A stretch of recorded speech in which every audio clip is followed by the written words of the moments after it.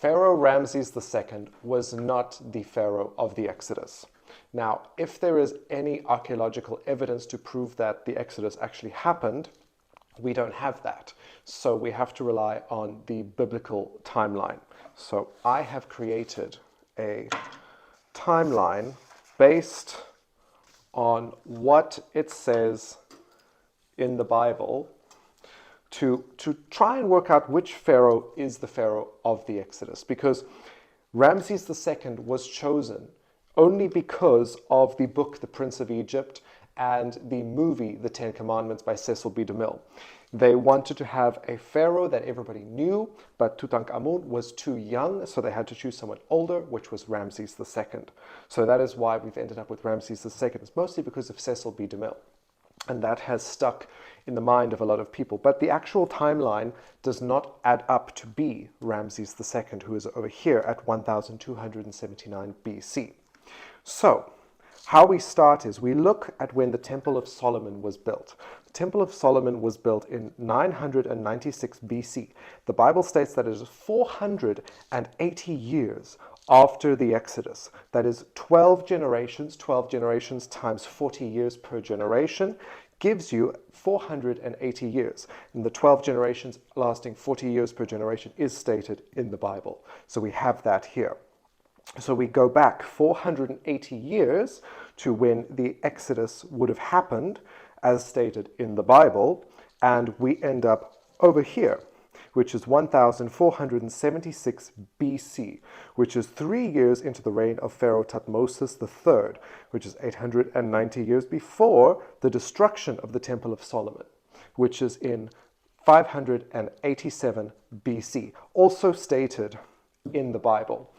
Also stated is that Moses was born 80 years before the Exodus took place. So we take here 1476 BC, we take it back to when Moses was born, which is 1556 BC, 80 years before the Exodus, as you can see here. This is the time that the Hyksos have taken over control over Egypt. We have Seqenenre, who rises up against the Hyksos. He dies in 1550 BC. Then his son Ahmose comes in. He defeats the Hyksos in around 1540 BC. The Hyksos can be related possibly to being the Hebrews that were sent out of Egypt. So this matches up very well. Now, around this time, we have the Santorini volcano, which erupts. And this causes some of the plagues, and we have a stela from the reign of Pharaoh Ahmose and the beginning of Pharaoh Thutmose I, which explains 3 of the plagues that we actually hear about in the Bible, and that's around 1500 BC, plus minus. So that fits into Pharaoh Thutmose I and Pharaoh Ahmose of the 18th dynasty. So we have all of this happening here. And then eventually Hatshepsut is here in 1479 BC, and Thutmose III takes the throne when she dies in that same year. And the Exodus happens 3 years into the reign of Pharaoh Thutmose. Now, what we can understand from this is, in the Bible, Pharaoh is named as Pharaoh. He does not have a name. And this is possibly because we have Thutmose I, Amenhotep the first, Amenhotep II, Thutmose II, leading up to Thutmose III. So we have several pharaohs. That's why he's possibly not named.